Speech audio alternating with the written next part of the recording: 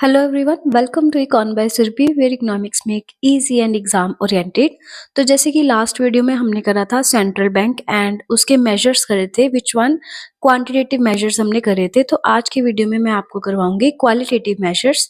तो चलिए बिना टाइम वेस्ट करे से हम स्टार्ट करते हैं। RR, SLR and open market operation. I hope कि आप पिछली वीडियो को देख के ही आए होंगे। तो नेक्स्ट है हमारे क्वालिटेटिव मेजर्स। अब क्वालिटेटिव मेजर्स में सबसे पहला है हमारा मार्जिन रिक्वायरमेंट्स।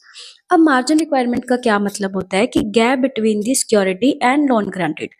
इसका क्या मतलब है कि मान लो एक पर्सन है, उसने क्या करा है, ₹10,000 का लोन लेना है उसने।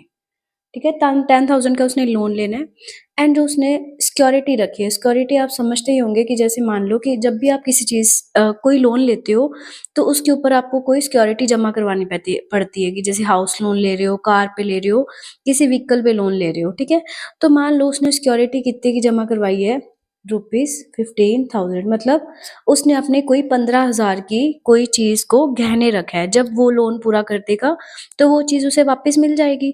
तो इसके ही डिफरेंस को हम क्या बोलते हैं, मार्जिन रिक्वायरमेंट। अब वो कहता कि जितना ज्यादा गैप कम होगा, मतलब कि जितना लोन लेना है उसके मुताबिक अगर उसे कम की सिक्योरिटी रखनी पड़ेगी तो मनी सप्लाई इंक्रीज हो जाएगी इकोनॉमी में। क्यों? क्योंकि लोन सस्ता हो गया। ठीक है, एंड इसका ऑपोजिट क्या है कि अगर लोन महंगा करना है, मीन्स कि अगर आपने 10,000 का लोन लेना है तो उन्होंने बोल दिया कि आपको कम से कम 20,000 की सिक्योरिटी रखनी पड़ेगी। तो लोन तो महंगा हो गया ना, मीन्स मुझे डबल सिक्योरिटी रखनी पड़ रही है, जिसका मतलब क्या है कि इकोनॉमी में मनी सप्लाई कम हो जाएगी। ध्यान से समझो, जितना ज्यादा गैप कम होगा, ठीक है, मीन्स कि मुझे सस्ते में लोन मिल रहा है, सस्ते में लोन मिलेगा तो मनी सप्लाई इंक्रीज होएगी। और अगर जितना ज्यादा इसमें गैप इंक्रीज होएगा, मीन्स कि लोन कम ले रहे हो और सिक्योरिटी आप ज्यादा पैसों की, मतलब सिक्योरिटी आप ज्यादा वैल्यू की रख रहे हो, विच मीन्स कि आपकी मनी सप्लाई कम हो जाएगी, जिस कारण क्या है कि आपके लोन महंगे हो जाए। Rationing of credit. अब रैशनिंग ऑफ क्रेडिट का मतलब क्या है कि कोटा की फिक्सेशन कर देना, कोटा फिक्सेशन कर देना।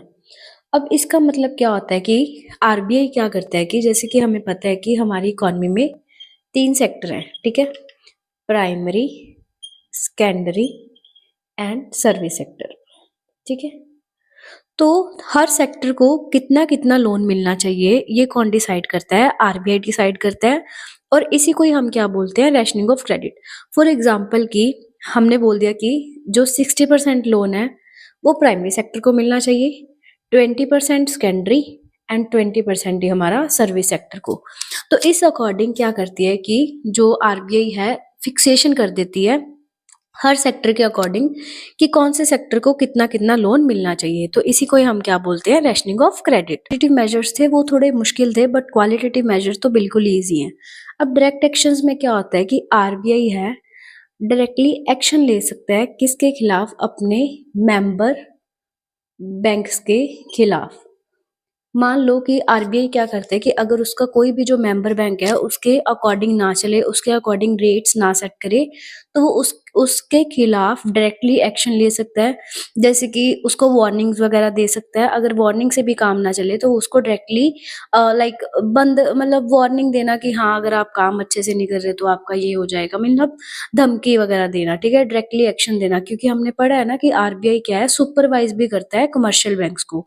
तो थर्ड हमारा क्या है कि डायरेक्टली एक्शन करना, आरबीआई अपने मेंबर्स बैंक के खिलाफ अगर कोई मेंबर बैंक आरबीआई के अकॉर्डिंग काम नहीं करती। तो बेसिकली यही थे हमारे क्वालिटेटिव मेजर्स। जो पिछली वीडियो में हमने करा था सेंट्रल बैंक क्या होता है, उसके functions, quantitative measures and quantitative measures मैंने पिछली वीडियो में करवा दिए।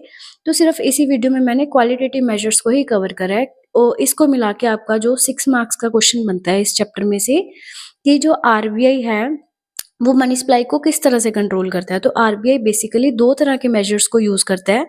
First one is our quantitative measures and second is our qualitative measures. तो ये वाला क्वेश्चन आपको 6 मार्क्स में देखने को मिलता है, पर आप हमेशा याद रखना कि 6 मार्क्स में आप अपना नेशनल इनकम का न्यूमेरिकल ही अटेम्प्ट करके आना। बट हाँ, कि कई बार इसमें छोटे छोटे क्वेश्चंस काफी बन जाते हैं कि 2 मार्क्स में जैसे आपको पूछ लिया कि what do you mean by direct actions, या फिर what do you mean by repo rate, difference between the repo rate and bank rate. तो इसलिए ये टॉपिक को ध्यान से अच्छे से समझ के ही अपना अटेम्प्ट करना। आपका एक और टॉपिक भी है फंक्शंस ऑफ कमर्शियल बैंक। तो फंक्शंस ऑफ कमर्शियल बैंक ज़्यादा इंपॉर्टेंट नहीं है, तो इसलिए अगर आप इसको स्किप करना चाहते हो तो स्किप भी कर सकते हैं। एंड अगर आप इसको एक बार पढ़ के देख लेना, बस तो इसमें बेसिकली यही है कि कमर्शियल बैंक क्या-क्या काम करता है। तो आपकी बुक में इसको 3 पोर्शंस में डिवाइड कर रखा है कि accepting loans, then deposits and then एक कंटीजेंट फंक्शंस है, ठीक है? जो फर्स्ट वाला पार्ट है कि हमारी डिपॉजिट्स को जमा करता है, ठीक है?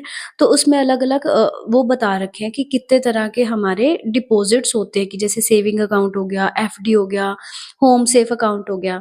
सिमिलरली लोन्स वाले में क्या है कि अलग-अलग तरह के लोन्स बता रखे हैं।